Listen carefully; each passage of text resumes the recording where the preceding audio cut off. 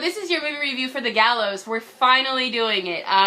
We've been waiting a while, but here we go. Alright, so The Gallows is basically, you're not going to see much in the trailer about what it's about, but don't worry, this isn't going to spoil it. It's just explaining to you the movie. So basically, a young man is in a school play, and in the play, he is charged with some crime because he falls in love with a noble, and so the sentence is death, and they're going to hang him. Well, as it turns out, the young man that is supposed to be in the play calls out sick that day, and so his understudy is now having to step in for him and take his place, obviously. And so when he gets up there to perform the scene where, you know, you fall through the gallows and everything, unfortunately a horrible accident occurs and he ends up being strangled in front of, you know, all of the parents and everything like that, and he dies. Then 20 years later, some little nitwit gets the bright idea to put on the exact same play. So anyways, the young man that is now going to be charged with playing the person that's being hung in the gallows is on the football team, and his friends are sort of the football teams, but he's in love with the drama nerd and stuff like that. Well, he does not want to actually do the play because he's so terrible at it. So they get the bright idea to go and destroy the sets the night before the play airs, or not airs, the night before the play is performed, so that he no longer has to do it. And that's what brings you into, I just saved you 30 minutes.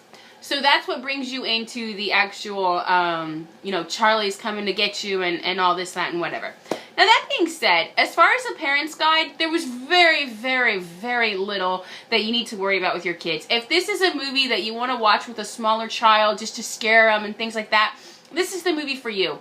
Because, but you're going to want to skip through probably the first maybe 25-30 minutes, just because nothing really happens. That's just them leading you up to the story. But there wasn't really anything too bad. There was a few gestures here and there, but if it didn't go over the kid's head, it was really not that bad. So anyway, as far as the movie itself goes, there were a few scenes here and there that kind of jumped and they got at you. As far as being scary, this is not something that you're gonna, you know, need to sleep with your lights on at the end of the night. We had all the lights off and wanted to really make it nice and scary, and it just missed it for me. It missed the mark a lot. It was really kind of a stupid premise, to be honest. The way that it ended and the way you find out about why Charlie's doing what he's doing, I felt like they probably should have just left that out completely and let it just be This movie had a tendency to try to make you think that something was a bigger deal than it was. And what I mean by that is the idea of, like, there was 3 ice cubes in that cup right there. Now there's only 2. What happened? What did you do with the ice cubes, man? Like, that's the kind of thing that they did. And it was just really, really, like, that's not scary. That's not interesting. That's not important. Like, it was one of those movies where they go up to somebody and be like, "What's going on, Michael? Tell me what's going on!" And you're like, dude, Michael's been here just as long as you. Michael has no idea what's going on, but he insists, "Michael, what's going on? Tell me where that jacket came from. Tell me right now!" And it's like, how the hell is Michael supposed to know?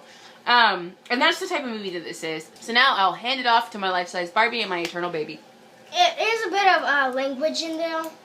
Oh, I forgot about that. Yeah, there is some language. Yeah, it's a bit of language in there, but I say if you really want to watch it, then go ahead. But it's not good. Yeah, it wasn't good.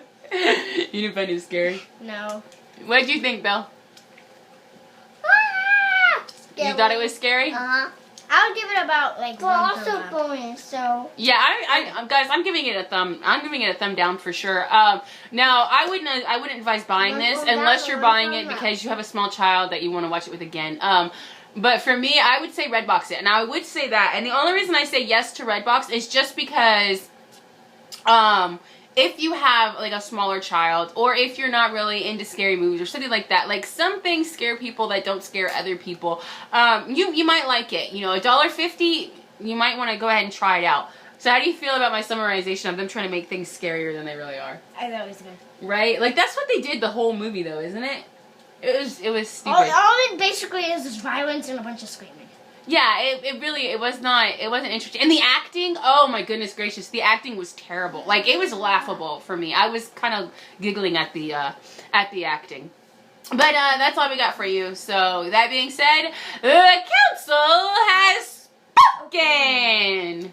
Am I supposed to kiss the screen now? Yeah, I think so.